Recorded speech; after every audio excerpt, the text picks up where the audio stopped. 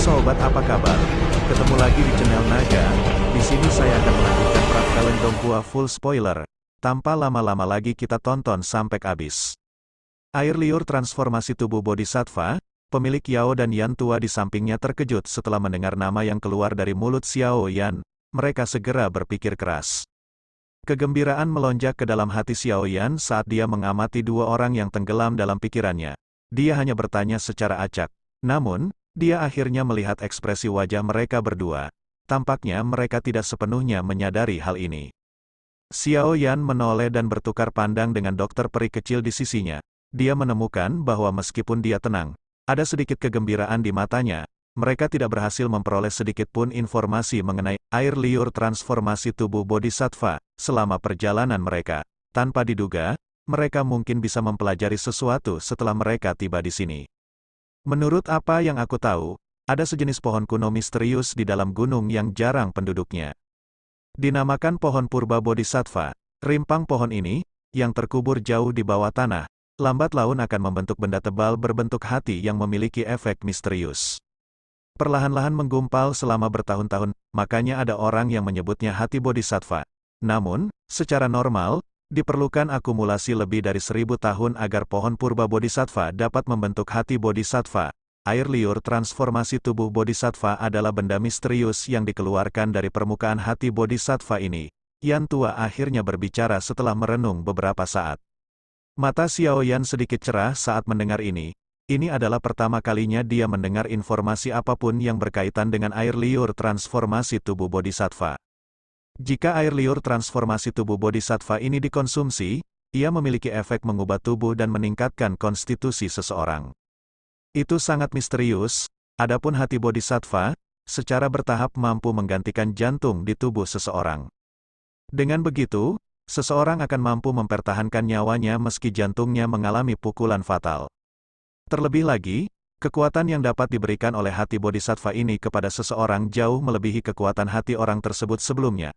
Tentu saja, yang paling penting adalah item ini, mampu berulang kali menyehatkan jiwa seseorang dan secara bertahap memperkuatnya. Oleh karena itu, item ini memiliki daya tarik yang sulit ditolak oleh alkemis manapun. Suara Yan tua sedikit memanas saat dia berbicara, jelas sekali, dia merasakan ketertarikan pada apa yang disebut hati Bodhisattva ini. Ganti hati seseorang, memperkuat jiwa seseorang.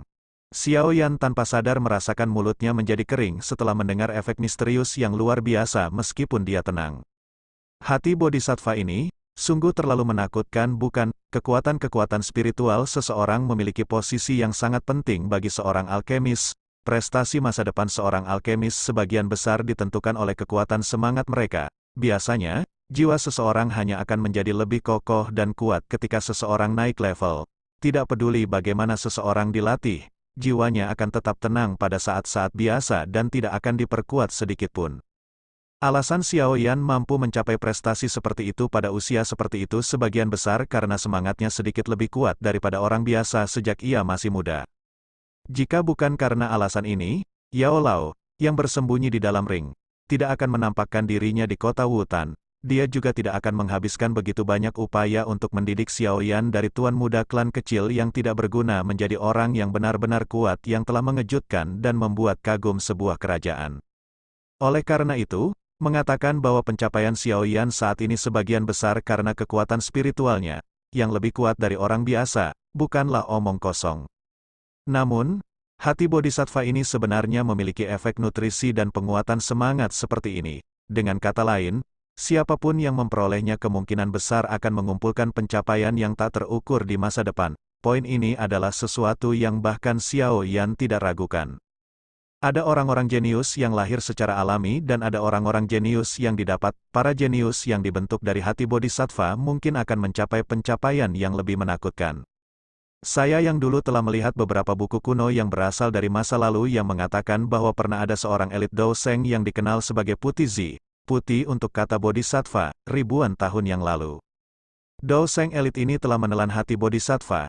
Hehe, tapi aku yang dulu tidak tahu apakah ini benar. Lagi pula zaman itu sudah terlalu lama berlalu. Yan tua tersenyum. Dari kata-katanya, dia sepertinya tidak terlalu memperhatikannya. Dao Sheng, benda itu terlalu jauh, Dikabarkan bahwa seorang ahli di kelas itu dapat menyebabkan gunung dan sungai runtuh atau ruang angkasa hancur hanya dengan mengangkat tangannya. Kekuatan besar semacam itu adalah sesuatu yang sulit dibayangkan oleh seorang ahli biasa. Xiao Yan mengeluarkan desahan TSK-TSK dari mulutnya. Namun, dia juga tidak menaruh kata-kata pihak lain di dalam hatinya. Dia tidak pernah percaya bahwa benda spiritual alami apapun benar-benar dapat memungkinkan seseorang mencapai kelas Douseng. Kelas itu adalah sesuatu yang tidak dapat dijangkau oleh objek eksternal apapun. Yang bisa dilakukan seseorang hanyalah mengandalkan keberuntungan dan potensinya. Dengan cara ini, hati bodhisattva ini dapat dianggap sebagai objek misterius. Pemilik Yao menghela nafas dan tersenyum lembut. Meskipun dia pernah mendengar tentang hati bodhisattva, dia tidak tahu tentang detail yang dibicarakan oleh Yan Tua. Meski orang ini masih muda, kekuatannya tidak lemah. Terlebih lagi, gadis kecil berambut ungu dan wanita berpakaian putih di sampingnya juga seharusnya bukan orang biasa. Metode Qi yang saya praktikkan sangat sensitif terhadap hal semacam ini.